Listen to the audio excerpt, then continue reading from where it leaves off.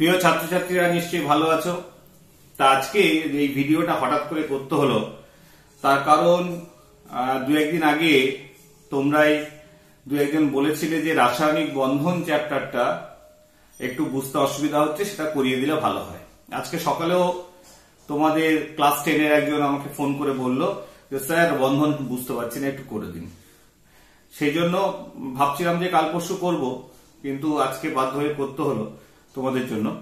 যাও তাহলে রাসায়নিক চ্যাপ্টারে চলে যাব। তার আগে দেখো বইয়ে কি কি আছে দেখি আগে।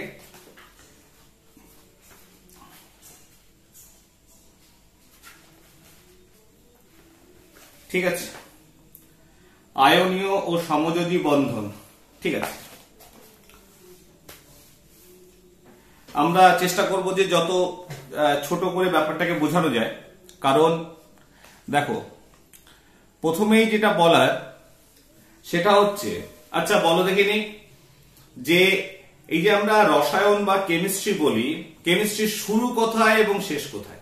যদি প্রশ্ন করা হয় কেমিস্ট্রির শুরুটা কোথায় এবং শেষটা কোথায়, তার উত্তর তোমরা এবার খুঁজতে থাকো। কিন্তু আমার এখন সময় নেই যে ওয়েট করে তোমাদের উত্তর নেওয়ার, তাহলে আমি বলে দিই উত্তরটা। রসায়ন কোথায় শুরু হচ্ছে দেখো, ধরো হাইড্রোজেন H2 আর অক্সিজেন O2।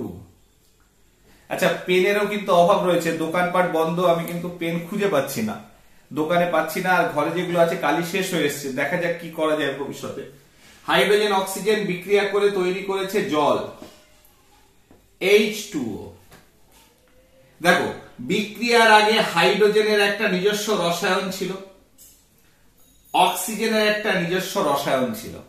আমরা হাইড্রোজেনকে চিনতাম, অক্সিজেনকে চিনতাম, কিন্তু যখনই এরা বিক্রিয়া করলো উৎপন্ন হলো জল, তখন কিন্তু হাইড্রোজেনও নেই, অক্সিজেনও নেই, জলের একটা রসায়ন শুরু হলো।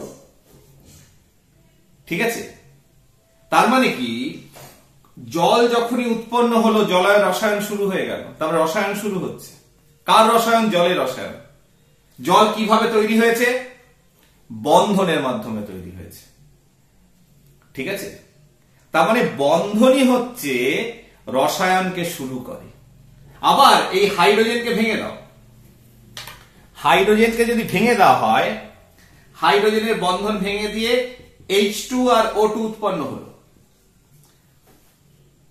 তাহলে বন্ধন ভেঙে গেল, হাইড্রোজেন আর অক্সিজেন উৎপন্ন হলো, তাহলে এর রসায়ন শেষ। হাইড্রোজেনের রসায়ন শুরু হলো, অক্সিজেনের রসায়ন শুরু হলো, সেটা নিয়ে আমরা আলোচনা করলাম। তার মানে কি, কারো রসায়নের শুরু হচ্ছে বন্ধন দিয়ে, শেষও হচ্ছে বন্ধন দিয়ে। তার মানে রাসায়নিক বন্ধনই হচ্ছে ব্যাকবোন অফ কেমিস্ট্রি, মেরুদণ্ড, যার উপর রসায়নটা দাঁড়িয়ে রয়েছে। অতএব এটাকে আলোচনা আগে করতে হবে। এবার এটার আলোচনার বিস্তর জায়গা রয়েছে, এটা একটা বিশাল বড় সাবজেক্ট, সারা জীবন তুমি পড়তে পারো এটা নিয়ে। যত উঁচু উঁচু জায়গায় উঠবে রাসায়নিক বন্ধন পিছু ছাড়বে না। কিন্তু আমরা এখন প্রাথমিক পর্যায়ে মাধ্যমিকের যতটা জানা ততটা জানব। ঠিক আছে, সেইভাবে জানব, এবং আমরা বইটাকে সেই জন্য কাছে রাখবো। না হলে আমরা হয়তো মাঝে মধ্যে বই থেকে বেরিয়ে চলে যেতে পারি। অনেকটা বেরিয়ে গেলে, যেটা বারে বারে আমি প্রত্যেকটা লেকচারে বলেছি, যে বইটাকে সঙ্গে রাখতে হবে, না হলে দীর্ঘায়িত লেকচার হবে। যাই হোক, চলে আসে বন্ধন জিনিসটা কি। দেখো একদম পরিষ্কার কথা, ধরো এ আর এ যুক্ত হয়ে তৈরি করেছে A2। দেখতে পাচ্ছ সবাই, এ আর এ যুক্ত হয়ে তৈরি করেছে A2। এইবার এই যে এ আর এ যুক্ত হলো, এ যুক্ত হলো, কিসের দ্বারা যুক্ত হলো? এই যে একটা দাগ দিয়ে আমরা লিখে থাকি এ আর এ লিখলাম, এটা জিনিসটা কি? কোন জিনিসটা এই পরমাণু দুটোকে এক জায়গায় যুক্ত করে একটা অণু তৈরি করেছে? এটা হচ্ছে কিছুই নয়, একটা আকর্ষণ বল। যে আকর্ষণ বল দুটি পরমাণুকে এক জায়গায় করে কোনো মৌলিক অণু বা কোনো যৌগিক অণু তৈরি করে। যেমন দুটো একই ধরনের পরমাণু, যেমন দুটো হাইড্রোজেন পরমাণুকে দিয়ে H2, আবার দুটো ভিন্ন পরমাণু, দুটো হাইড্রোজেন একটা অক্সিজেন দিয়ে H2 উৎপন্ন করেছে। তাহলে যে আকর্ষণ বল এই পরমাণুগুলোকে একজোট করেছে, এক জায়গায় নিয়ে এসছে, এক জায়গায় ধরে রেখেছে, এই আকর্ষণ বলটাই হচ্ছে রাসায়নিক বন্ধন। ঠিক আছে? তাহলে রাসায়নিক বন্ধন কি করে? পরমাণুগুলোকে এক জায়গায় করে, আয়নগুলোকে এক জায়গায় করে। এটাই হচ্ছে রাসায়নিক বন্ধন, জাস্ট এই আকর্ষণ বলটা। এবার এই আকর্ষণ বল যে সৃষ্টি হচ্ছে, বিভিন্ন ভাবে সৃষ্টি হতে পারে। ঠিক আছে? তাই এইভাবে আমরা বিভিন্ন যৌগকে অ্যানালিসিস করেছি, করে দেখেছি যে এই যে বন্ধনটা, আকর্ষণ বলটা সৃষ্টি হয়েছে, আকর্ষণ বল যেটা সৃষ্টি হয়েছে, এটা বিভিন্ন ভাবে সৃষ্টি হয়েছে। সেইভাবে বন্ধনকে প্রাথমিকভাবে বা মুখ্যত তিন ভাগে ভাগ করেছি। একটা হচ্ছে আয়নীয় বন্ধন, 2 নম্বর হচ্ছে সমযোজী বন্ধন, 3 নম্বর হচ্ছে অসমযোজী বন্ধন। ঠিক আছে? এছাড়াও বিভিন্ন যৌগের বিভিন্ন ধরনের ধর্ম মানুষকে চিন্তায় ফেলেছে, যে এই অদ্ভুত টাইপের ধরনের ধর্ম কেন শো করছে। যেমন অ্যালকোহল জলে গুলে যাচ্ছে, বরফ জলে ভাসছে। ঠিক আছে? তো এরকম বেশ কিছু সমস্যা যখন মানুষ উদ্ঘাটন করার চেষ্টা করলো, তখন দেখলো যে এই অণুগুলোর ভেতরেও কিছু নতুন ধরনের বন্ধন বা আকর্ষণ বল দেখা যাচ্ছে। সেই হিসাবে আরো কিছু বন্ধন আমরা পেয়েছি। যেমন 4 নম্বর হচ্ছে হাইড্রোজেন বন্ধন।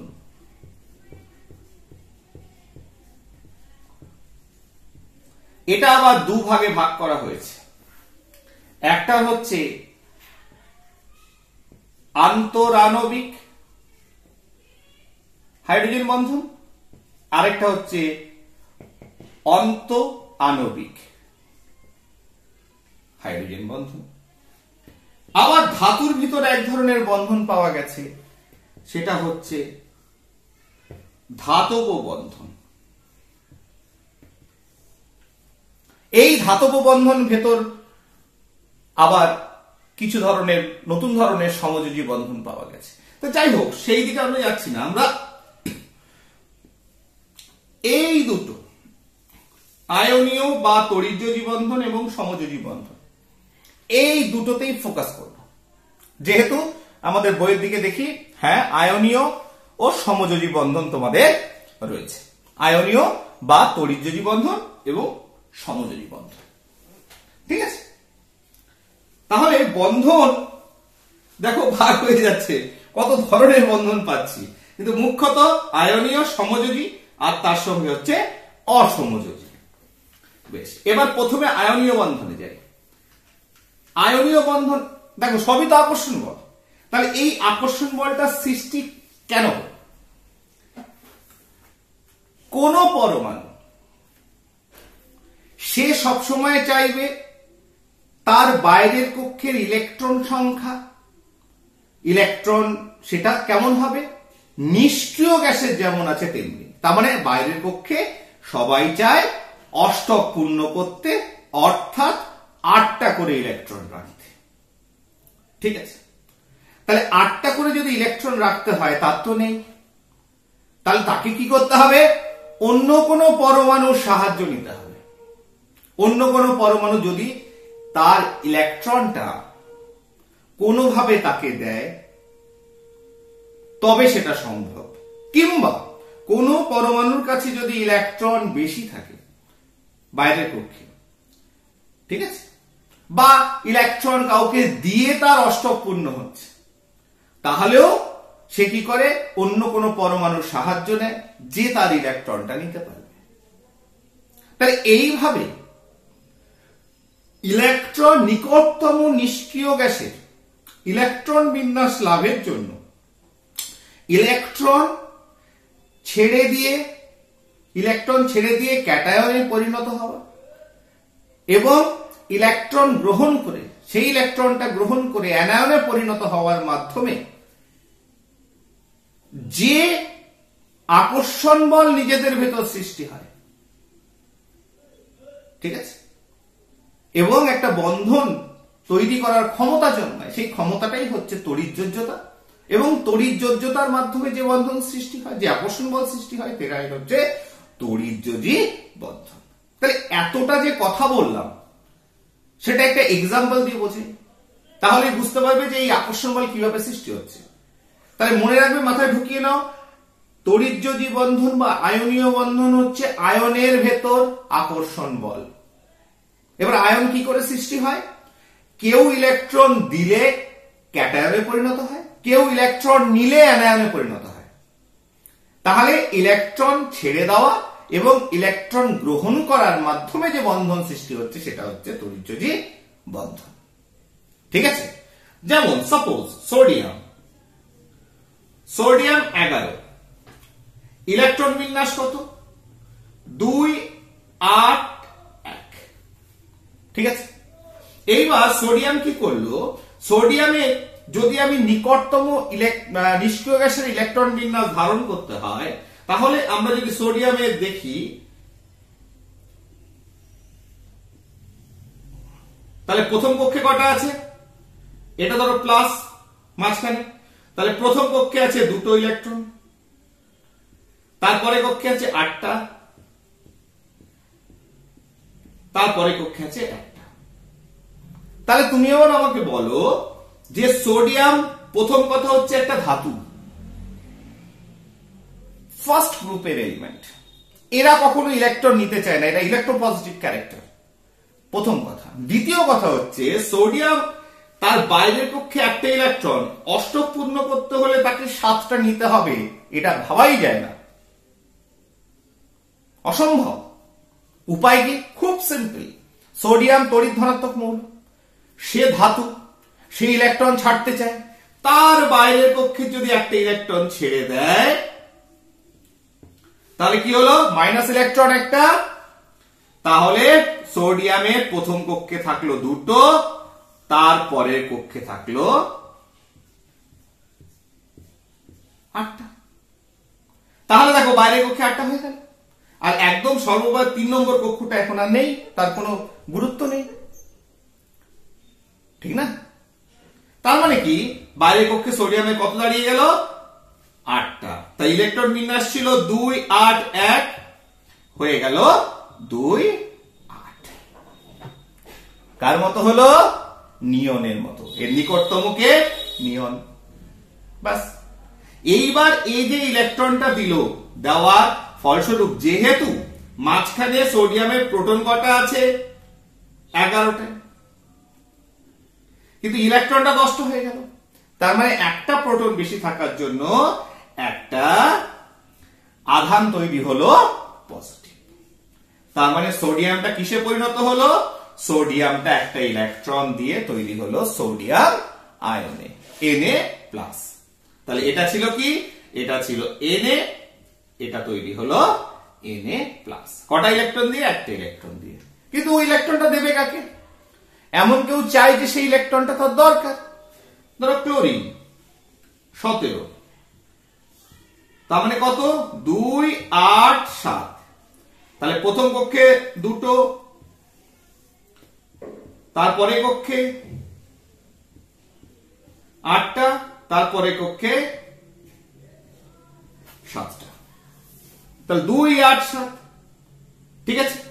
এবার সে তার বাইরের কক্ষে যেহেতু 1 হচ্ছে তড়িৎ, ক্লোরিন হচ্ছে অধাতু, 2 নম্বর হচ্ছে তড়িৎ ঋণাত্মক, সরি ইলেকট্রন সে চায়, অতএব আর তার ইলেকট্রন বিন্যাস দেখে বোঝা যায় যে তার বাইরের কক্ষে ইলেকট্রন আছে কটা? 7টা। তাহলে সে কটা ইলেকট্রন দরকার হয় অষ্টক পূর্ণ করতে? একটা ইলেকট্রন। তাহলে এই যে ইলেকট্রন ছেড়েছে সেই ইলেকট্রনটাকে বললো যে আমাকে দাও, আমার তো একটা দরকার। তা সে একটা ইলেকট্রন গ্রহণ করলো, গ্রহণ করলে তোমার কি তৈরি হলো ইলেকট্রন বিন্যাস? প্রথম কক্ষে দুটো, তারপরে কক্ষে 8টা, তারপরে কক্ষে হচ্ছে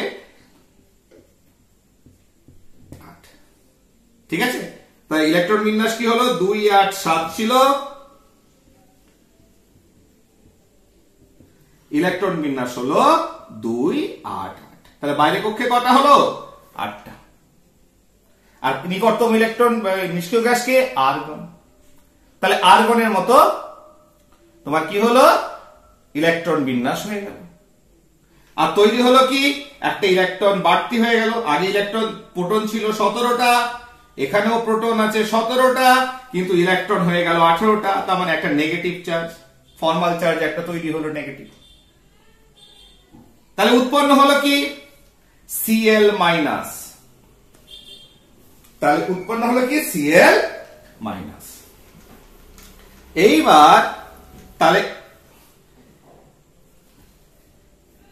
সোডিয়াম একটা ইলেকট্রন ছেড়ে দিয়ে Na প্লাস, ক্লোরিন একটা ইলেকট্রন গ্রহণ করে Cl মাইনাস। তাহলে এইবার Na প্লাস আর Cl মাইনাস কি করলো? এরা তড়িৎ আকর্ষণ বলে আবদ্ধ হলো, যেটাকে আমরা লিখে থাকি NaCl। যেটা কি লিখে থাকি? NaCl।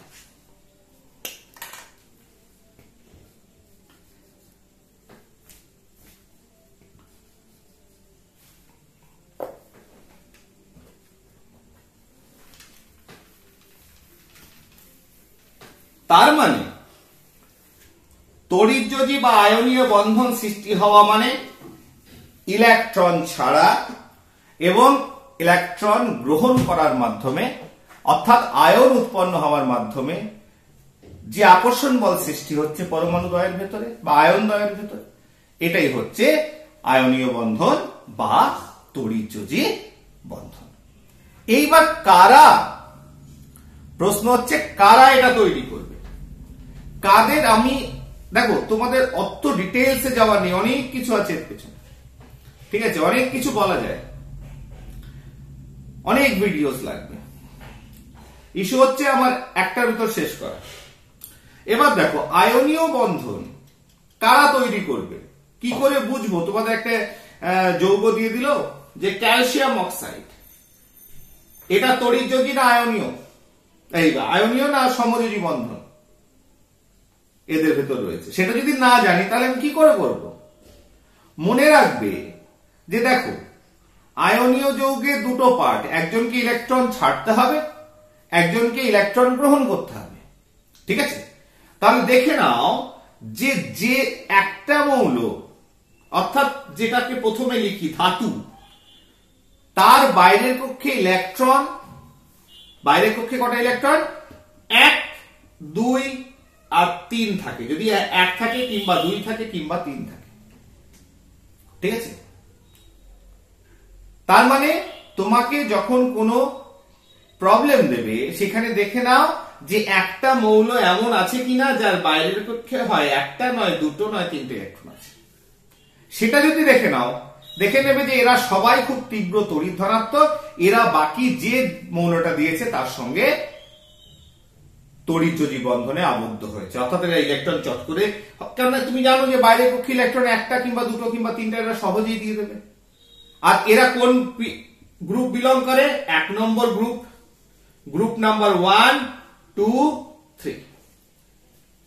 ঠিক আছে, তাহলে এর কোনো একটা মৌল, দুটো মৌল যদি দেয়, তার ভিতর কি বন্ধন তৈরি হবে সেটা বার করার জন্য তাহলে দেখে নাও যে একটা মৌল এমন আছে কিনা যে যার বাইরে কক্ষে ইলেকট্রন 1 2 কিংবা 3 আছে, বা গ্রুপ 1 গ্রুপ 2 বা 3 নম্বর গ্রুপের মৌল, বা 1 2 বা 13, যদি আমি মডার্ন পিরিয়ডিক টেবিল ধরি 1 2 কিংবা 13 গ্রুপের মৌল কিনা। আরেকটা যেটা মৌল দিয়েছে সেই মৌলটা দেখে নাও, যেহেতু তাকে ইলেকট্রন গ্রহণ করতে হবে, তাহলে তার বাইরের কক্ষে ইলেকট্রন সংখ্যা 5 6 7 আছে কিনা। কত? 5 6 7। তাহলে 5 থাকলে সে 3টে ইলেকট্রন গ্রহণ করলে অষ্টক পূর্ণ হবে, 6 থাকলে সে 2টো ইলেকট্রন গ্রহণ করে অষ্টক পূর্ণ হবে, 7 থাকলে সে 1টা ইলেকট্রন গ্রহণ করে অষ্টক পূর্ণ হবে। তাহলে 1 2 3 অর্থাৎ 1 নম্বর গ্রুপ, 2 নম্বর গ্রুপ আর 3 বা 13 নম্বর গ্রুপ, তার সঙ্গে কোন গ্রুপের মৌলদের আয়নীয় বন্ধন তৈরি হবে? 15 16 17। তাহলে 1 2 13 এর সঙ্গে একটা মৌল আছে কিনা, আরেকটা কি আছে? 15 16 17। তাহলে এদের ভেতর ইলেকট্রন দেওয়া এবং ইলেকট্রন নেওয়াটা সম্ভব হবে এবং এদের ভেতর আয়নীয় বন্ধন তৈরি হবে। তাহলে আমাদের আর প্রবলেম নেই। কোন প্রবলেমে যদি কোন মৌলের পরমাণু ক্রমাঙ্ক দিয়ে দেয়, সেখান থেকে ইলেকট্রন বিন্যাস আমি বার করব। ইলেকট্রন বিন্যাস বার করে আমি বলে দিতে পারবো যে আয়নীয় যৌগ না সমযোজী যৌগ। তাহলে আয়নীয় যৌগ না হলে সেটা সমযোজী যৌগ হচ্ছে, ঠিক আছে। আর আয়নীয় যৌগ হলে তাকে আমরা ইজিলি আমরা করতে পারবো। যেমন ধরো তোমাকে একটা দিয়েছে, একটা কোশ্চেন, কি কোশ্চেন দিয়েছে? একটা সমস্যা দিয়েছে এরকম যে একটা মৌল এ যার 20, বি যার হচ্ছে 8, 20 আর 8। তাহলে এদের ভেতর কি বন্ধন তৈরি হবে? দেখো, তাহলে এর ইলেকট্রন বিন্যাস কি 20, পরমাণু ক্রমাঙ্ক 20 মানে হচ্ছে ইলেকট্রন কটা আছে? ইলেকট্রনও আছে 20টা। 2 8 8 2, তাহলে একটা পেয়েছি যার বাইরে কক্ষে 2টো ইলেকট্রন। বি এর ক্ষেত্রে দেখো 2 6, তা আরেকটা পেয়েছি নেওয়ার যার বাইরে কক্ষে 6টা ইলেকট্রন। অবশ্যই এদের ভিতর কি যৌগ তৈরি হবে? আয়নীয় যৌগ তৈরি হবে, ঠিক আছে। এইবার এই যে আয়নীয় যৌগ তৈরি হচ্ছে, ঠিক আছে, তাহলে কিভাবে হলো? তাহলে এ ইলেকট্রন বিন্যাস কত? 2 8 8 2, তার বাইরে কক্ষে 2টো ইলেকট্রন, সে 2টো ইলেকট্রন দিয়ে দিল, দিয়ে তোমার তৈরি হলো এ 2+, 2টো ইলেকট্রন দিয়ে দিয়েছে, ইলেকট্রন বিন্যাস হলো 2 8 8। বি ইলেকট্রন বিন্যাস 2 6, সে 2টো ইলেকট্রন নিয়ে নিল, নিয়ে কি হলো? ইলেকট্রন বি 2- তৈরি হলো, ইলেকট্রন বিন্যাস হলো 2 8, অর্থাৎ এ 2+ এর সঙ্গে বি 2- তড়িৎ আকর্ষণ বলে আবদ্ধ হলো, এ বি উৎপন্ন হলো, এ বি উৎপন্ন হলো। তাহলে এটা কি? এটা একটা আয়নীয় বন্ধন, ঠিক আছে। এইবার তাহলে আয়নীয় বন্ধন বুঝতে পারলে, তাহলে তোমাকে যে কোনো মৌল দিক তুমি বুঝতে পারবে এখানে আয়নীয় বন্ধন সৃষ্টি হবে কি হবে না, ঠিক আছে। এইবার একটা কনসেপ্টে আসি, সেটা হচ্ছে বন্ধনের সঙ্গে যুক্ত, সেটা হচ্ছে যোজ্যতা।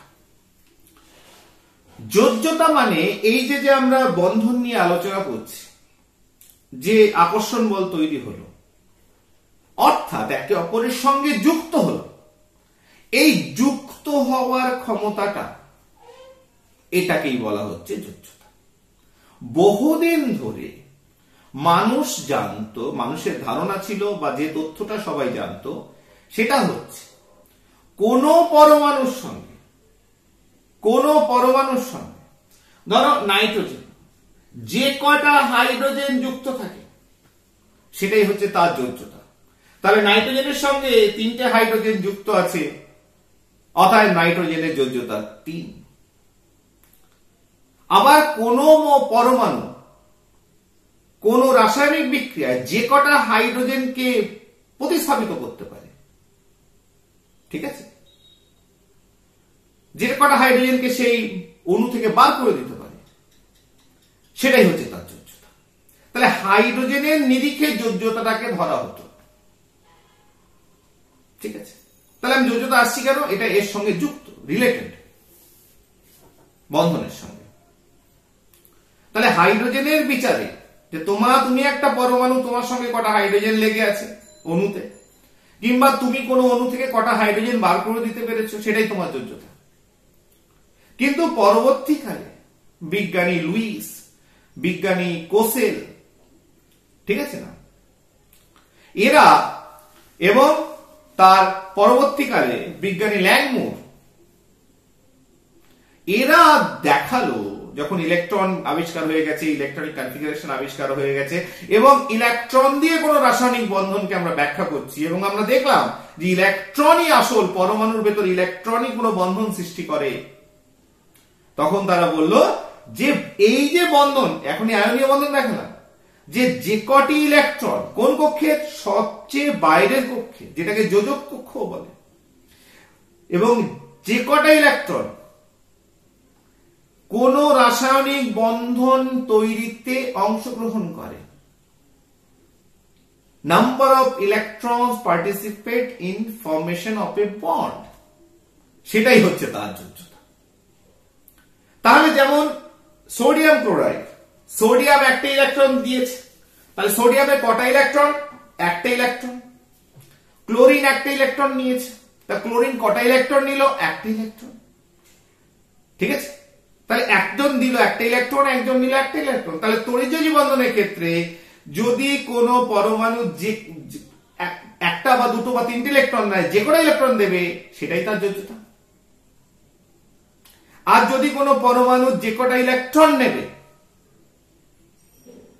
সেটাই হচ্ছে তার যোগ্যতা, ঠিক আছে। তাহলে দেওয়া এবং নেওয়ার মাধ্যমে, আয়নীয় বন্ধনের ক্ষেত্রে ইলেকট্রন দেওয়া নেওয়ার মাধ্যমে তার যোগ্যতাটাকে আমরা ধরে নিচ্ছি। তার মানে এখন বর্তমানে আমরা যোগ্যতার যে কনসেপ্টটা, সেটা পুরোপুরি বাইরের কক্ষে ইলেকট্রন যারা বন্ধন তৈরিতে অংশগ্রহণ করছে, সেটাই হচ্ছে তার যোগ্যতার মাপকাঠি।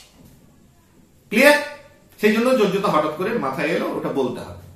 এইবার মজা হচ্ছে যে প্রথম তো তোমাদের বলেই দিলাম যে দুটো পরমাণু যদি দেওয়া থাকে, একটা যারা ধাতু, দেখে নেবে যে একটা পরমাণুর বাইরে কক্ষে ইলেকট্রন হয় 1, 2, 3 আছে, আরেকটা অধাতু বা আরেকটা পরমাণু যার বাইরে কক্ষে ইলেকট্রন 5, 6 বা 7 আছে, তাহলে এদের ভিতর আয়নীয় যৌগ তৈরি হচ্ছে, কারণ এরা ভালো দেবে, ওরা ভালো নেবে, কোনো অসুবিধা নেই। এইবার যদি এটাকে আরেকটু অন্যভাবে বলি, ইলেকট্রন কটা আছে তার নিরীক্ষে নয়, ঠিক আছে, আর একটু বিস্তারিত ভাবে বলি, তাহলে একটা জিনিস তো পরিষ্কার, কেউ ভালো ইলেকট্রন দিচ্ছে, তার মানে তোমরা এর আগের চ্যাপ্টার যেটা আমরা বলা হয়েছে পর্যায় সারণী, সেখানে তো বলা হয়েছিল যে ভালো ইলেকট্রন দিচ্ছে মানে কেউ ভালো ইলেকট্রন দিচ্ছে মানে তড়িৎ ধনাত্মক মৌল, আর কেউ ভালো ইলেকট্রন নিচ্ছে মানে তড়িৎ ঋণাত্মক মৌল। তাহলে আয়নীয় যৌগ তৈরির ক্ষেত্রে যে ধাতু, সে তার তড়িৎ ধনাত্মকতা যত ভালো হবে, সে তত ভালো আয়নীয় যৌগ তৈরি করবে। আর যে অধাতু, অর্থাৎ ইলেকট্রন নেয়, সে তার তড়িৎ ঋণাত্মকতা যত ভালো হবে, সে তত ভালো ইলেকট্রন নেবে, তত ভালো আয়নীয় যৌগ তৈরি করবে। আবার দেখো, তোমরা জানো যে ধাতু যে ইলেকট্রন দিচ্ছে, সেই 1 নম্বর গ্রুপ বা 2 নম্বর গ্রুপ বা 3 নম্বর গ্রুপে যদি দেখা যায় যে ধাতুটা যত বড় হবে আকারে, তত ভালো ইলেকট্রন দেবে। তার মানে ধাতুর আকার যত বড় হবে, তত ভালো আয়নীয় যৌগ তৈরি করবে। আর অধাতুর ক্ষেত্রে তার তো ইলেকট্রন টানার কথা, সে যত ছোট হবে, তড়িৎ ঋণাত্মকতা তার বেশি, সে মানে তত ভালো আয়নীয় যৌগ তৈরি করবে। আবার আয়নন বিভবের ক্ষেত্রে যদি বলি, আয়নন বিভব মানে হচ্ছে ইলেকট্রনটা বার করে কত শক্তি দরকার, তার মানে শক্তি যদি কম দরকার হয়, তার মানেই হচ্ছে ভালো ইলেকট্রন দিচ্ছে। তাহলে ধাতুর ক্ষেত্রে যে ইলেকট্রন দেয়, আয়নন বিভবের মান যত কম হবে, তত ভালো সেই ইলেকট্রন দেবে, মানে আয়নীয় যৌগ তৈরি করবে। আর যে ইলেকট্রন গ্রহণ করে, তার ইলেকট্রন টানার ক্ষমতা, ইলেকট্রন আসক্ত যত বেশি হবে, তত ভালো সে আয়নীয় যৌগ তৈরি হবে। তাহলে এইগুলো গেল আয়নীয় যৌগ গঠনের শর্ত।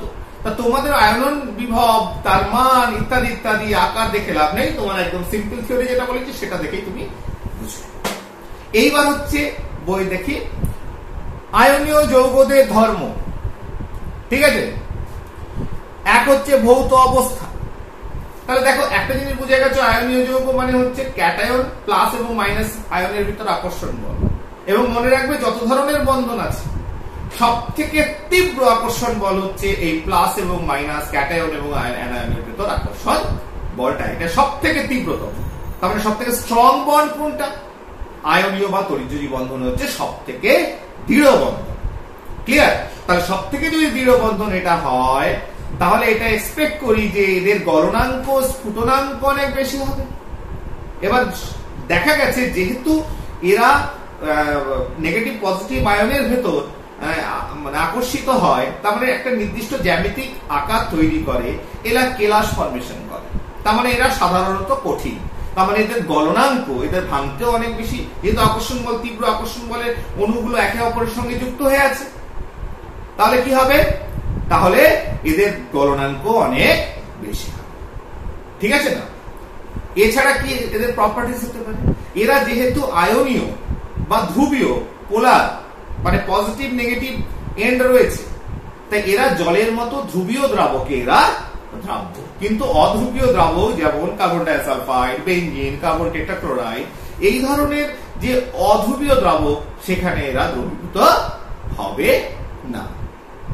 এবার প্রশ্ন হচ্ছে, জলে দেখো বাড়ানোর চেষ্টা বেড়ে যায়, প্রশ্ন হচ্ছে যে এরা জলে কিভাবে দ্রবীভূত হচ্ছে, কিভাবে ধ্রুবীয় দ্রাবকে এরা গুলছে। ঠিক আছে, প্রথম কথা যাক যে আয়নীয় যৌগ মানে আয়ন দিয়ে তৈরি। তাহলে আয়ন দিয়ে তৈরি মানে কি? প্রথম কথা ধরো সোডিয়াম Cl-, তাহলে একটা ক্যারেক্টার বলে দিয়ে ভেতরে দেখো, এই যে Cl- টা এখানেও আকর্ষিত হতে পারে, এদিক থেকে আকর্ষিত হতে পারে, এদিকে আকর্ষিত হতে পারে, যে কোনো দিকে এটা আকর্ষিত হতে পারে। তার মানে এর কোনো নির্দিষ্ট ডিরেকশন নেই, দিক নেই, ঠিক আছে না? আয়নীয় যৌগে আয়নের ভিতর আকর্ষণ বল যে কোনো দিক থেকে হতে পারে, অতএব নির্দিষ্ট কোনো এর দিক নেই। ঠিক আছে, এবার দ্রাব্যতার দিকে আসি, যেটা কি করে ধ্রুবীয় দ্রাবকে দ্রবীভূত হচ্ছে। প্রথম দেখো, আয়নীয় যৌগ যেহেতু আয়নের ভিতর আকর্ষণ বল, আয়নগুলো একে অপর করে আকর্ষিত হয়ে লেগে আছে একে অপরের সঙ্গে, এরা বিভিন্ন জ্যামিতিক আকার তৈরি করে।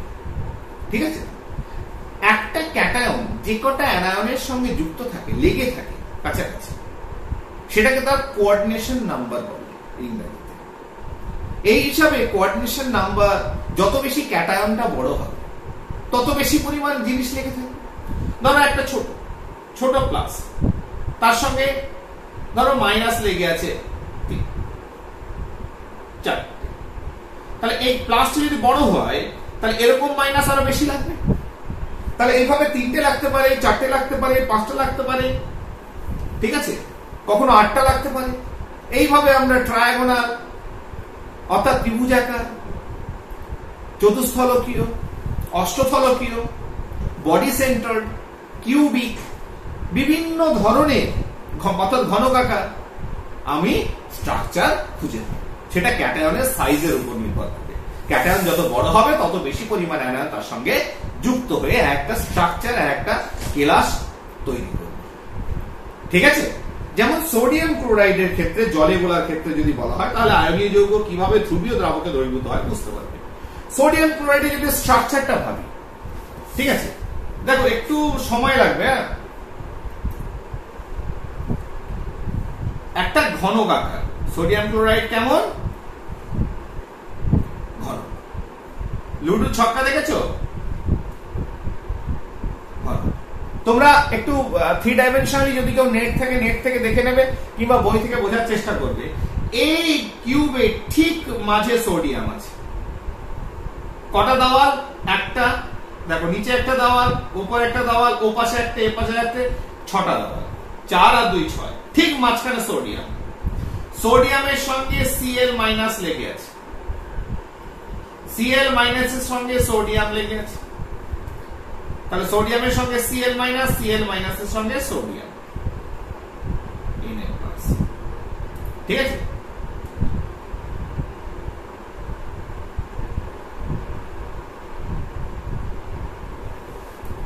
এইভাবে প্রত্যেকটা দেওয়ালে ঠিক মাঝখানে রয়েছে হচ্ছে ক্লোরাইড আয়ন, এই পুরো কিউবের ঘনকের মাঝে সোডিয়াম আয়ন, অর্থাৎ বডির সেন্টারে আছে সোডিয়াম আয়ন, প্রত্যেকটা ধারে তলে যে 6টা তল রয়েছে তলের মাঝে রয়েছে ক্লোরাইড আয়ন। এই যে ধারগুলো,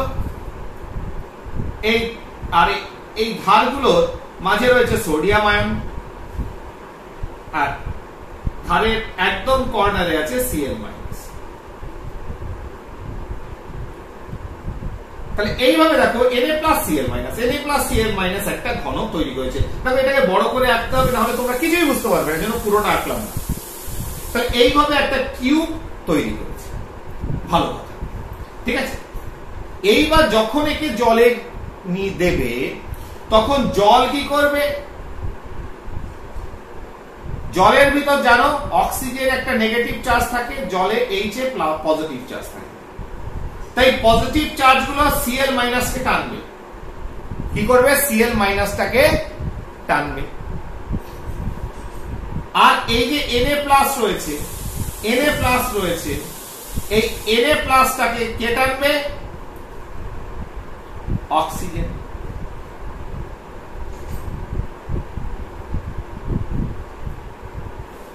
তাহলে Na+ আর Cl- যে আয়ন গুলো রয়েছে তাদের এরা টানতে আরম্ভ করবে। টেনে কি করবে? এদের আলাদা করে দেবে, স্ট্রাকচারটাকে নষ্ট করে দেবে,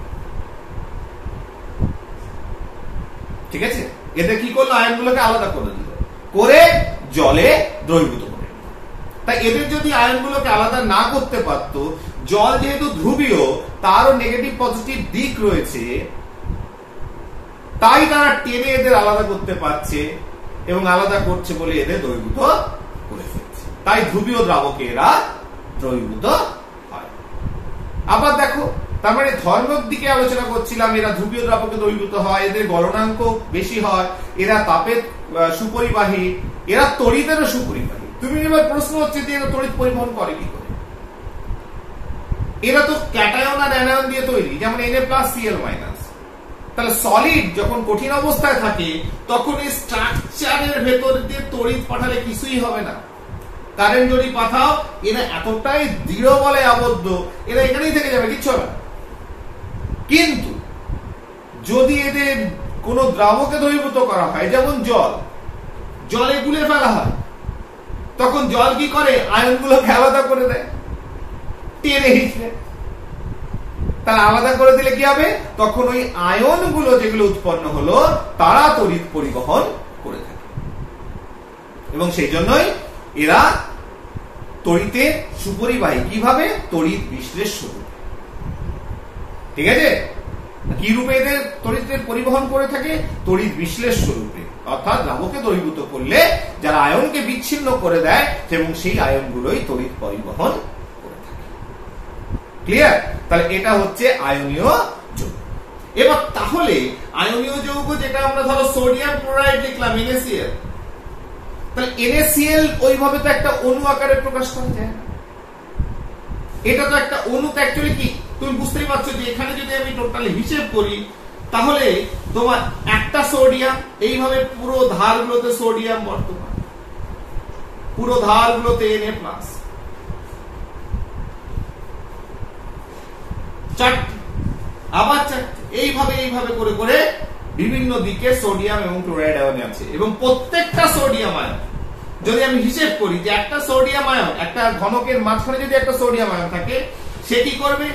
চার ধারে চারটে তলের মাঝে চারটে ক্লোরাইড আয়ন, ওই দিকের তলে একটা, এই দিকে 6টা তলে 6টা ক্লোরাইড আয়নের সঙ্গে যুক্ত। একইভাবে 6টা ক্লোরাইড আয়ন 6টা সোডিয়াম আয়নের সঙ্গে যুক্ত, ঠিক আছে। তাহলে এইভাবে একটা সোডিয়াম ক্লোরাইডকে যদি আমি বিচার করি যে তাদের যে কিউব বা ঘনক তৈরি হয়েছে, সেখানে 6টা সোডিয়াম আয়ন 6টা ক্লোরাইড আয়নের সঙ্গে যুক্ত, অর্থাৎ এদের রেশিও হচ্ছে NaCl, কেন লিখি আমরা 1:1 অনুপাতে যুক্ত থাকে, 6:6 মানে 1:1। তাহলে এদের অ্যাকচুয়ালি এটা Na+Cl- নট NaCl, তাই এটাকে বলা হচ্ছে আণবিক গুরুত্ব নয়, সংকেত গুরুত্ব। ক্লিয়ার? তার মানে এরা হচ্ছে আয়নের সমষ্টি। এই ফর্মে এরা থাকে না, NaCl বলে নয়, Na+Cl-। আমাদের সুবিধার্থে আমরা লিখি তাই। ঠিক আছে? তাহলে আমরা আয়নীয় যৌগ তার প্রপার্টিজ কি কি হবে সেগুলো আমরা আলোচনা করলাম। ক্লিয়ার? বেশ, আর কিছু আছে নাকি দেখে নিই।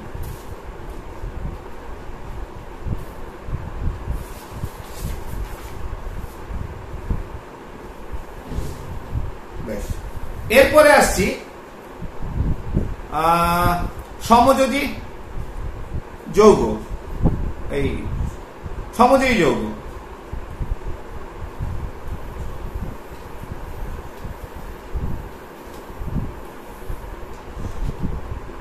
সমযোজী যৌগ সমযোজী যৌগ কারা?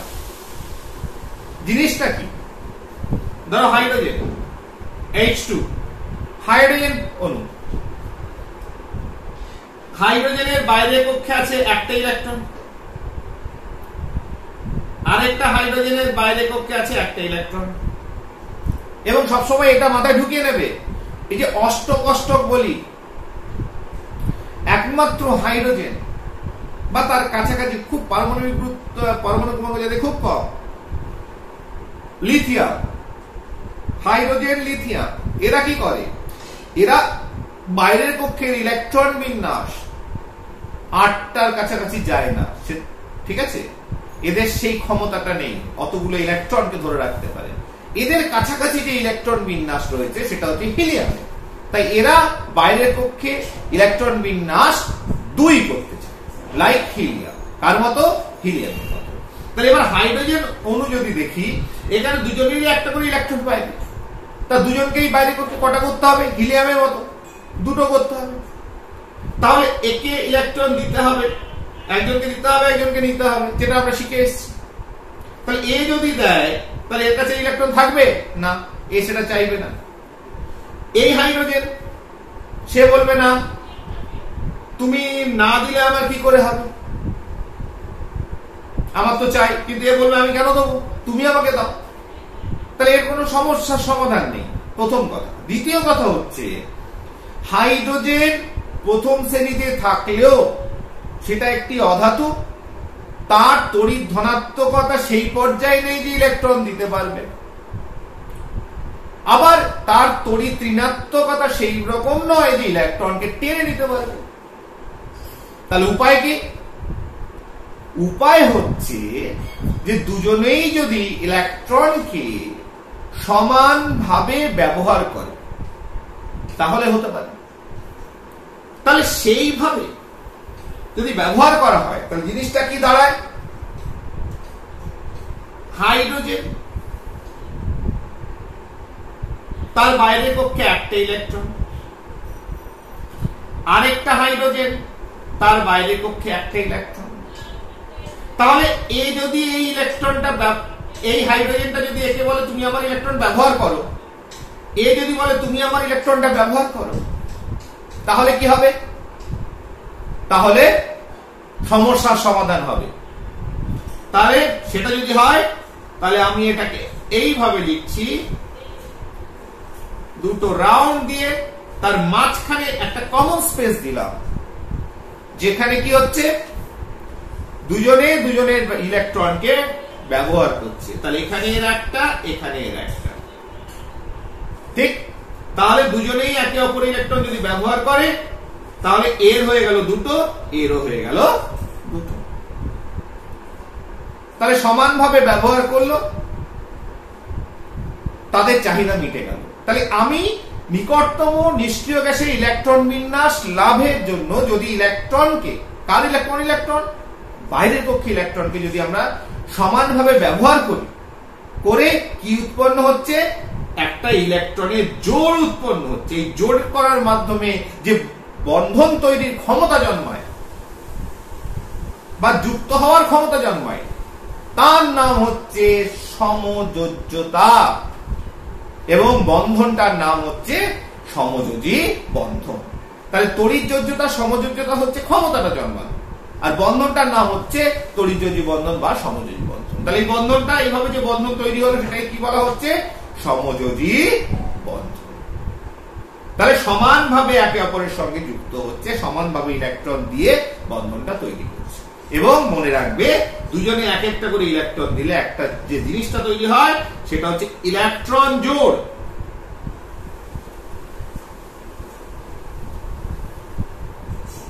কি তৈরি হলো? ইলেকট্রন জোড় তৈরি হলো। তাহলে এটা কি বন্ধন? এটা হচ্ছে সমযোজী বন্ধন। তাহলে এই বন্ধন কারা তৈরি করছে এটা আমাকে মাথায় রাখতে হবে। তার মানে এক হচ্ছে যখনই কোনো মৌলিক অণু দেখব, hydrogen, N2, O2, Cl2, F2, তখনই বুঝে যাবো যে এটা সমযোজী বন্ধন। কারণ এখানে তো কে দেবে ব্যাপারটা নেই, ঠিক কিনা? তাহলে একটা ইজি ওয়ে। তাহলে এক্ষেত্রে সমানভাবে ব্যবহার হয়েছে ইলেকট্রন। আরেকটা দেখবে যে যদি তোমার যে দুটো পরমাণু তোমাকে দিয়েছে যাদের এদের ভিতর কি বন্ধন হবে, যদি 1, 2, 3 যেটা আয়নীয় বন্ধন তৈরি করে, একজনকে তো ইলেকট্রন ছাড়তে হবে, সেই ছাড়ার লোকটা যদি না থাকে, অর্থাৎ 1 নম্বর, 2 নম্বর বা 13 নম্বর, অর্থাৎ বাইরের কক্ষে ইলেকট্রন যদি 1 নম্বর, একটা বা দুটো বা তিনটে এরকম কোনো পরমাণু না থাকে, তাহলেই দেওয়ার গল্প নেই। তার মানে নেওয়ার গল্পটা না আসছে, ঠিক কিনা? বোঝা যাচ্ছে ব্যাপারটা কি বলছে? এটা একটা উপায় জানার। আর 2 নম্বর দেখবে যে দেখা গেছে যে এই যে বন্ধন সৃষ্টি হচ্ছে, অর্থাৎ ইলেকট্রন ব্যবহার হচ্ছে, সর্বাধিক ইলেকট্রন ব্যবহার করতে পারে 3টে। কটা? 3টে। ঠিক আছে? তার মানে বাইরের কক্ষে ইলেকট্রন যদি থাকে 5, 6 কিংবা 7, বাইরের কক্ষে কটা ইলেকট্রন থাকবে? 5টা কিংবা 6টা কিংবা 7টা। তাহলে এ 3টে ব্যবহার করবে, এ 2টো ব্যবহার করবে, এ 1টা ব্যবহার করবে। তাহলে কি হবে? সমযোজী বন্ধন সৃষ্টি হবে। ঠিক আছে না? বাইরের কক্ষে ইলেকট্রন কটা থাকবে? 5টা, 6টা, 7টা। তাহলে সব থেকে ভালো উপায় কি আমি দেখে নেবো দেওয়ার লোক আছে কিনা, 1, 2 বা 13 নম্বরের কোনো মৌল আছে কিনা। ঠিক আছে না? তাই এরা ধাতু, এরা দিয়ে দেয় এবং ইলেকট্রন দিয়ে কাউকে বলে যে তুমি ইলেকট্রনটা নাও, এবং তাদের সঙ্গে যে ইলেকট্রন নিতে পারে এমনই কোনো পরমাণু। তাহলে তারা যদি অ্যাবসেন্স থাকে তাহলেই আমরা বুঝে যাব যে এরা সমযোজী যৌগ। এবং তার সঙ্গে সঙ্গে আরেকটা কি, যত মৌলিক অণু তারা তো দেওয়া নেওয়ার ব্যাপারটা আসছে না, তারা হচ্ছে সবাই সমযোজী বন্ধন। এবারে যে সমযোজী বন্ধন 3 ধরনের হয়, একযোজী, দ্বিযোজী, ত্রিযোজী। এক বন্ধন, দ্বিবন্ধন, ত্রিবন্ধন। এক বন্ধন যেমন আমি বললাম হাইড্রোজেন,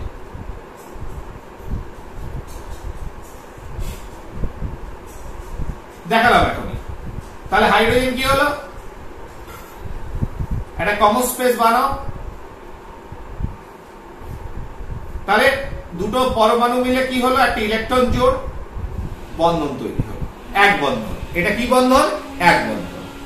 এবার ধরো এটা H2, এবার ধরো O2, অক্সিজেন। তাহলে অক্সিজেনের ইলেকট্রন বিন্যাস কি? 2, 6। কত? 2, 6। বাইরের কক্ষে কটা ইলেকট্রন আছে? 6টা ইলেকট্রন আছে। তাহলে একটা অক্সিজেন, তার বাইরের কক্ষে 3 আর 3, 6টা।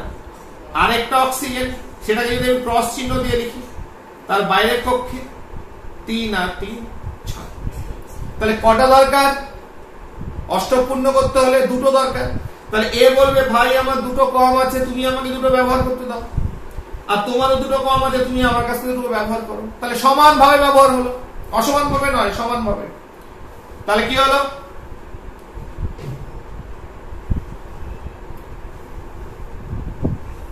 তাহলে বাইরের কক্ষে কটা ছিল? বাইরের কক্ষে ছিল হচ্ছে 3টে, আর লাগবে 2টো। তাহলে বাইরের কক্ষে আমি রেখে দিলাম 4টে, এরও 4টে। খালি 2টো ব্যবহার হয়েছে। কটা ব্যবহার হয়েছে? 2টো। তাহলে এর দুটো, ও এটা ক্রস চিহ্ন, সরি এটা ক্রস চিহ্ন দিয়ে দেব, এর দুটো। তাহলে দেখো মজাটা দেখো, তাহলে এর বাইরের কক্ষে ছিল 4 আর 2 6টা, আর এর দুটো ব্যবহার হয়েছে, তাহলে মোট হয়ে গেল কটা? 8টা। এই অক্সিজেনটার বাইরের কক্ষে ছিল 6টা ক্রস, এর দুটো ডটকেও ব্যবহার করলো 8টা। তাহলে এরও চাহিদা মিটে গেল, এরও অষ্টকের চাহিদা মিটে গেল। ক্লিয়ার? দুজনের অষ্টক পূর্ণ চাহিদা মিটে গেল। কটা করে ব্যবহার হয়ে? দুটো করে, সমানভাবে, এরও দুটো এরও দুটো। তাহলে কটা জোড়া তৈরি হয়েছে? দুটো জোড়া। এটা হচ্ছে সমযোজী দ্বিবন্ধনের উদাহরণ। তাহলে এটা কিভাবে লিখবো? ও ও দুটো বন্ধন তৈরি হয়েছে। কটা বন্ধন? কটা জোড়া? এখানে এক জোড়া, এখানে এক জোড়া। আর এই যে বাইরের পক্ষে যে ইলেকট্রন, তাহলে এখানে দেখো এরাও জোড়ায় জোড়ায় থাকে, 4টে আছে মানে এর 2 জোড়া, এর 2 জোড়া। এদের বলে লোন পেয়ার ইলেকট্রন, নিঃসঙ্গ ইলেকট্রন জোড়। এরা বাইরের কক্ষে ছিল কিন্তু বন্ধনে অংশগ্রহণ করেনি। আর এখানে যে 2 জোড়া, এটাকে ক্রস চিহ্ন দিয়ে, ভুল হচ্ছে একটু, ক্রস চিহ্ন দিয়ে লিখলাম। তাহলে এখানে 2 জোড়া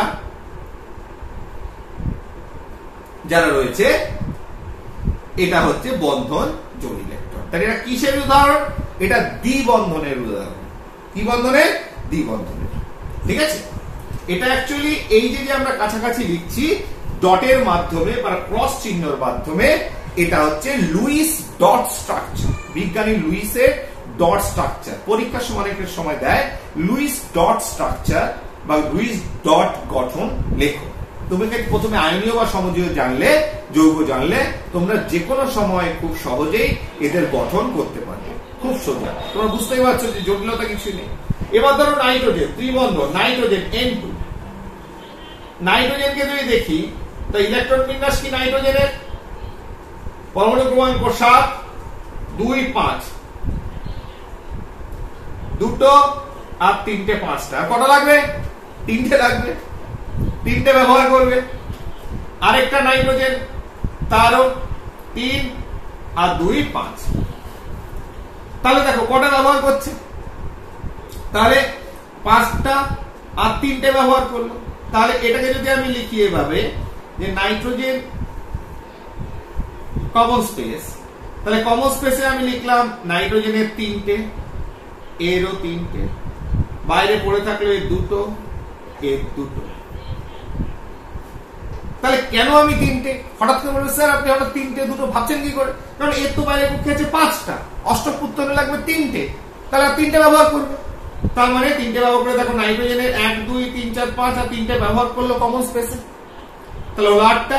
এর আছে 5টা আর 3টে ব্যবহার করলো, হয়ে গেল 8টা। তাহলে এটা কিভাবে লিখবো? নাইট্রোজেনের ভেতর ত্রিবন্ধন ট্রিপল বন্ড তৈরি হয়েছে আর বাইরে একটা করে ইলেকট্রন জোড়। ঠিক আছে না?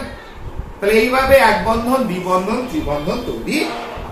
আবার ধরো একটা যৌগিক অণু সমযোজী বন্ধন কিরকম হবে? ধরো H2O। ধরো তোমাকে বলেছে যে একটা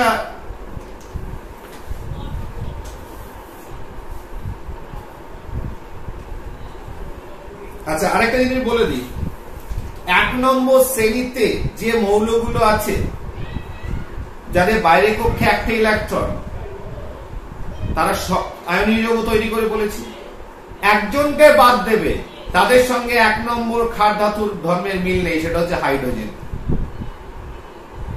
সেটা কে? সেটা হাইড্রোজেন, হাইড্রোজেন নয় কিন্তু। ঠিক আছে? তাহলে হাইড্রোজেনের ক্ষেত্রে যে যৌগগুলো দেখবো সেগুলো কি রয়েছে তোমাদের? সমযোজী। হাইড্রোজেন কি করবে? হাইড্রোজেন ওই দিয়ে দেওয়ার যে ক্ষমতা নেই অত। ক্লিয়ার? আর ওকে নেওয়াতে গেলে খুব ঠেলে গুটিয়ে, কেউ যদি খুব স্ট্রং পার্ট হয় তবেই সে তাকে দিতে পারে, তবে সে নেয়। কিন্তু দেওয়ার ক্ষমতা ওর সেরকম নেই ধাতুদের মতো, ওটা একটা অধাতু। ফলে হাইড্রোজেন দেখলে আর বলবে এটা আয়নীয় যৌগ না, সমযোজী যৌগ তৈরি করে। ঠিক আছে? ধরো তোমাকে একটা যৌগ দিয়েছে, একটা মৌল দিয়েছে, সেই মৌলটা ধরো A7, পরমাণু ক্রমাঙ্ক কত? 7। বি এক, এদের ভিতর কি বন্ধন তৈরি হবে? তাহলে এ 7 মানে হচ্ছে 2 5, আর বি 1 মানে হচ্ছে অবশ্যই হাইড্রোজেন। তাহলে এদের ভিতর তড়িৎ বন্ধন হলো না, কারণ এ বাইরে 5টা ইলেকট্রন দেবে না, এ হাইড্রোজেন 1টা ইলেকট্রন এও দেবে না, তাহলে দেওয়া নেওয়ার গল্প শেষ। তাহলে সমযোজী বন্ধন। এবার লিখে দেব, তাহলে এ আমি স্পেসিফিক করে দিই, এটা হচ্ছে এ হচ্ছে নাইট্রোজেন, তাহলে আর দেখতে সুবিধা হবে, বি হচ্ছে হাইড্রোজেন। এবার নাইট্রোজেনের দেখো, নাইট্রোজেনের বাইরে কক্ষে কটা ইলেকট্রন? 5। আমি কোন যৌগের কথা বলছি? NH3, ammonia structure. ঠিক আছে, তাহলে নাইট্রোজেনের বাইরে কটা ইলেকট্রন? 5টা ইলেকট্রন। হাইড্রোজেন কটা আছে? 3টে আছে। হাইড্রোজেনের কটা ইলেকট্রন?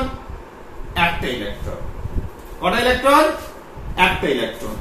হাইড্রোজেনের ক্ষেত্রে কটা ইলেকট্রন দরকার? আর তা তো অষ্টকের নয়, এ তো বাইরের কক্ষে 2টো ইলেকট্রন করলেই হবে, তাহলে আর 1টা ইলেকট্রন।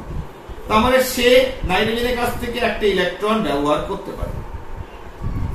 তাহলে দুজনে সমানভাবে ব্যবহার করলে হাইড্রোজেনের চাহিদা মিটে যায়, কিন্তু নাইট্রোজেনের চাহিদা মিটলো না।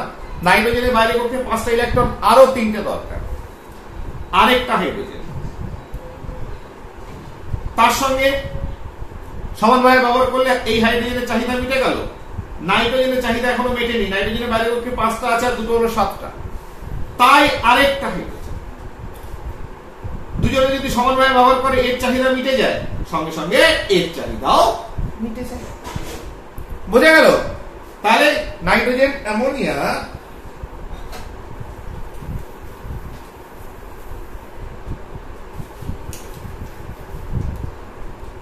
অ্যামোনিয়া ব্যাপারটা কেমন দাঁড়ালো? নাইট্রোজেন 1টা 2টো 3টে হাইড্রোজেন, প্রত্যেকটা হাইড্রোজেনের 1টা করে ইলেকট্রন। আর নাইট্রোজেনের বাইরে কটা ইলেকট্রন? 5টা, 2টো থাকলো, আর 1টা করে ব্যবহার করতে দিল। তাহলে দেখো 3টে জায়গায় সমানভাবে ব্যবহার হয়েছে, 3টে জোট তৈরি হয়েছে, তারপরে 3টে আলাদা বন্ধন তৈরি হয়েছে। হাইড্রোজেনের চাহিদাও মিটে গেছে, তার 2টো করলে হবে। আর নাইট্রোজেনের চাহিদাও মিটে গেছে, ছিল 5টা, আর 3টে ব্যবহৃত হয়েছে 8টা। তাহলে বন্ধনটা কেমন হবে? নাইট্রোজেন হাইড্রোজেন হাইড্রোজেন, আর এখানে একটা পেয়ার রয়েছে, ইলেকট্রন পেয়ার। ঠিক আছে না? তাহলে এইভাবে তৈরি হলো সমযোজী বন্ধন। ঠিক? তাহলে এবং এক্ষেত্রে যোজ্যতার সংজ্ঞা একই, এক্ষেত্রে যেহেতু ইলেকট্রন ব্যবহৃত হয়েছে, তার যে কটা ইলেকট্রন ব্যবহার করেছে সেটাই হচ্ছে তার যোজ্যতা। নাইট্রোজেন 3টে ইলেকট্রন ব্যবহার করেছে, নাইট্রোজেনের যোজ্যতা 3। হাইড্রোজেন 1টা ইলেকট্রন ব্যবহার করেছে, হাইড্রোজেনের যোজ্যতা হচ্ছে 1। ঠিক আছে?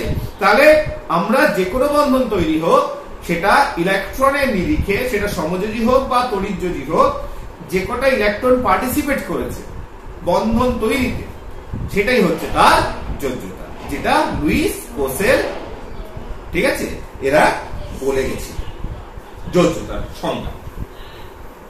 এবার এই যে সমযোজী যৌগ, এদের ধর্ম কিরকম হবে? এদের যে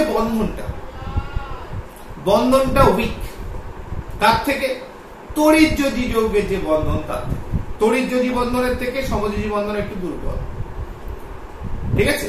এবং দুর্বল হওয়ার জন্য এরা যেহেতু আয়নের সঙ্গে জোটবদ্ধ অবস্থায় একটা নির্দিষ্ট স্ট্রাকচার তৈরি করে না, তাই আমরা সমযোজী যৌগ কঠিন, তরল, গ্যাসীয় 3টে রূপেই দেখতে পাই। এদের যে গলনাঙ্ক, স্ফুটনাঙ্ক বলে, সেগুলো একটু তড়িৎযোজী যৌগ থেকে কি হয়? কম হয়। তড়িৎযোজী যৌগ যেহেতু ধ্রুবীয় দ্রাবকে দ্রাব্য, সমযোজী যৌগ অধ্রুবীয় দ্রাবক এ দ্রাব্য। ঠিক আছে? আবার কিছু সমযোজী যৌগ আছে যার ভেতর ধ্রুবীয়তা দেখা যায়, কেন যায় বললাম না, ওটা অনেক, যেহেতু কেমিক্যাল বন্ডিং একটা ফার্স্ট চ্যাপ্টার, অনেক বড় চ্যাপ্টার, ভিডিওর পর ভিডিও করা যায় কেমিক্যাল বন্ডিং এর উপরে। তাহলে কিছু ধ্রুবীয় সমযোজী যৌগ আছে, তারা যেমন জলে দ্রবীভূত হয়, ঠিক আছে না? আর বাদ বাকি আমরা সমযোজী যৌগ অধ্রুবীয় দ্রাবকে দ্রবীভূত হয়। তাহলে এইগুলো হচ্ছে ক্যারেক্টার, ধর্ম কার? সমযোজী যৌগে। তাহলে তড়িৎযোজী যৌগ সমযোজী যৌগকে বলা হয়। এইবার অনেক ইফস এন্ড বাটস রয়েছে, ঠিক আছে না? কেউ অষ্টক পূর্ণ হচ্ছে না, সেক্ষেত্রে যৌগ হচ্ছে। আবার কোন যৌগ আছে যে ক্ষেত্রে অষ্টককে অতিক্রম করে চলে যাচ্ছে, phosphorus pentachloride, sulphur hexafluoride, iodine hepta fluoride, ঠিক আছে না? আবার BF3 বোরন ট্রাইফ্লোরাইড, যেখানে অষ্টক পূর্ণ হচ্ছে না, ব্যতিক্রম আছে অনেক ধরনের। আবার এই সমযোজী যৌগ তার স্ট্রাকচার কেমন হবে? কেন আমি বলছি এই চ্যাপ্টারটা অনেক বড়, তার জন্য VBT ভ্যালেন্স বন্ড থিওরি এলো। এই সমযোজী যৌগের স্ট্রাকচার, শেপ কেমন হবে, অব মলিকিউলস, আরো অনেক প্রশ্নের উত্তর দেওয়ার জন্য VBT, VAC pair theory, valence shell electron pair repulsion theory চলে এলো। MOT মলিকুলার অরবিটাল থিওরি এলো। CFT জটিল যৌগের ক্ষেত্রে ক্রিস্টাল ফিল্ড থিওরি এলো। তাহলে পরপর ডিফারেন্ট থিওরি, প্রচুর থিওরি এর পরে এসছে, এবং এটা আমরা যখনই আমরা এর পরে 11 পা দেব, তখনই কেমিক্যাল বন্ডিং কে বেসিক্স জিনিসটা তড়িৎযোজী সমযোজী, কিন্তু বোঝাবো একটু অন্য নিরিখে।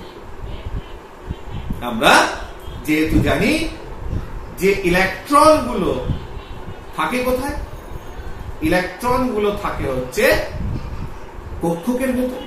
তাহলে সমযোজী যৌগ তখন কক্ষকের নিরিখে বোঝাবো যে সমযোজী বন্ধন সৃষ্টি হচ্ছে, মানে এই যে গোল গোল দিয়ে দেখাচ্ছি যে ইলেকট্রন জোট তৈরি হচ্ছে, সেক্ষেত্রে কক্ষকের ভেতরে কিভাবে তারা রয়েছে, কিভাবে একে অপরের সঙ্গে ওভারল্যাপ করছে কক্ষকগুলো, ইত্যাদি ইত্যাদি অনেক কিছু পাঠ আসবে। সেটা এখন ইস্যু নয়, ইস্যু হচ্ছে সমযোজী আর তড়িৎযোজী যৌগ, তাদের বন্ধন কিভাবে তৈরি হচ্ছে, লুইস ডট স্ট্রাকচার, কি করে বুঝবো কোনটা সমযোজী কোনটা আয়নীয়, এবং এদের ধর্ম। এবার এর সঙ্গে দুই একটা এক্সাম্পল আমি আরো নতুন নতুন যে বন্ধনগুলো করানো হলে একটু দিয়ে দিই, তারা জল খেয়ে আর দেখে নি যে বইয়ে কিছু আছে কিনা।